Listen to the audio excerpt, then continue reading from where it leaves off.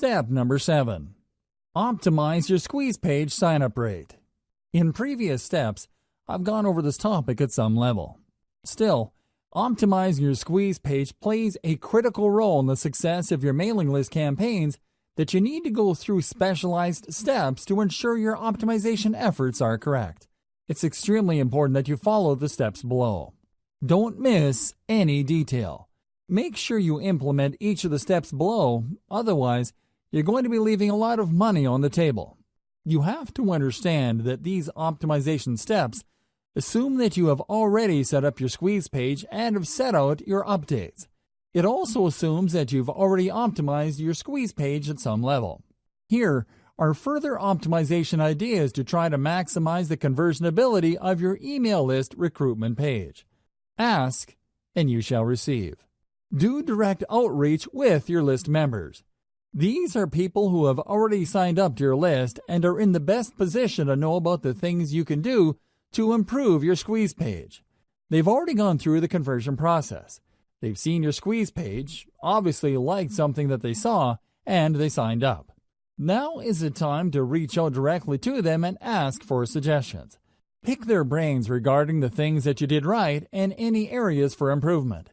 Believe me, this is no time to assume that everything you've set up is perfect.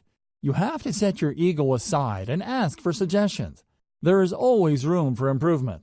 Make sure to offer some incentives for the feedback. This is critical. You have to understand that people have better things to do than to respond to your email.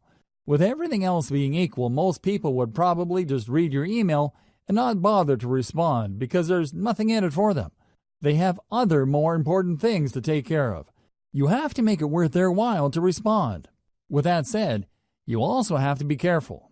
Some people might give you sloppy or even misleading information just to get the incentive that you're offering. Pose some sort of incentive that is attractive enough for people to want to respond to your outreach.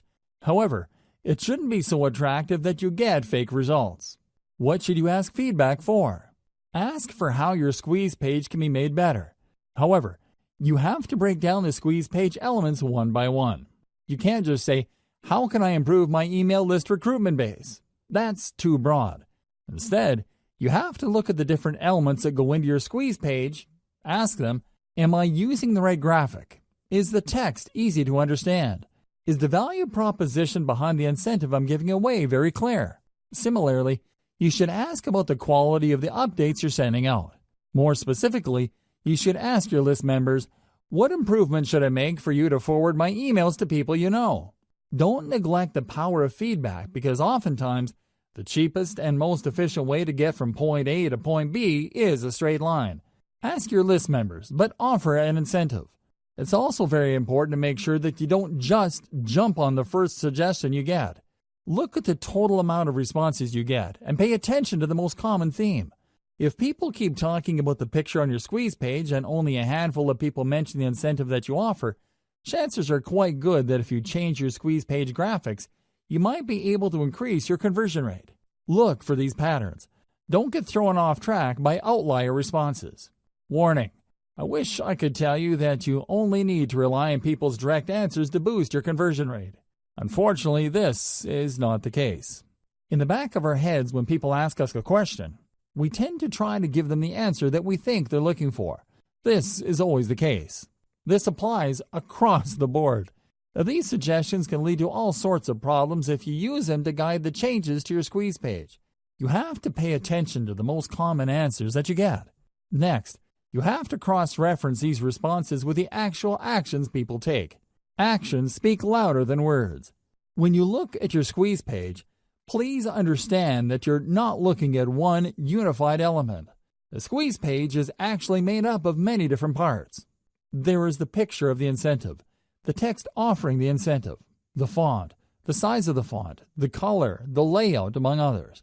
There are many different elements that go into that page. Change each element one at a time and pay attention to the conversion statistics. Make many different variations, and then test these variations against your traffic. You should quickly see that at least one variation has a higher conversion rate than others. The improvement might be fairly small. It might even be 1% or a couple of percentage points. That's okay.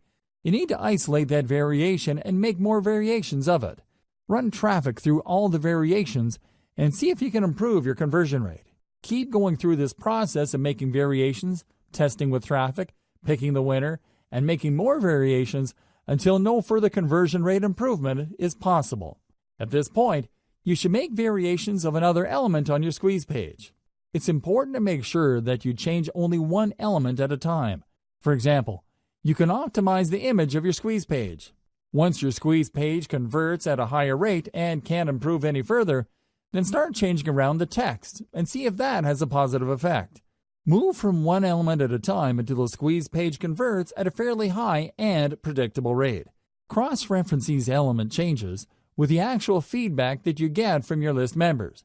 Using these two pieces of data, you should be able to come up with a statistics-driven modification strategy. Otherwise, you're just going to be taking your list members' words at face value. And it's anybody's guess whether their suggestions will actually improve your squeeze page's conversion rate. Use social proof. There's one simple trick that you can use to push people psychologically to sign up to your mailing list. We've all seen squeeze pages before. Typically, there's an email field, a call to action, and a submit button. There also might be a nice-looking graphic on the side. Unfortunately, these squeeze pages are so common that people usually become blind to them after enough exposure. However, people can and do sit up and pay attention when they see that their other Facebook friends have signed up to the list. Alternatively, they become slightly more interested to see that a large number of people on Facebook have liked the page that they're viewing. This is called social proof. Few people like eating at a restaurant that is empty. At the back of their mind, they're thinking that the food must not be very good because there's nobody eating at the restaurant. On the other hand, if the restaurant is full and there are people lining up to get in, chances are quite good that people would want to line up, even more because all these people simply can't be wrong. Do you see how group psychology works?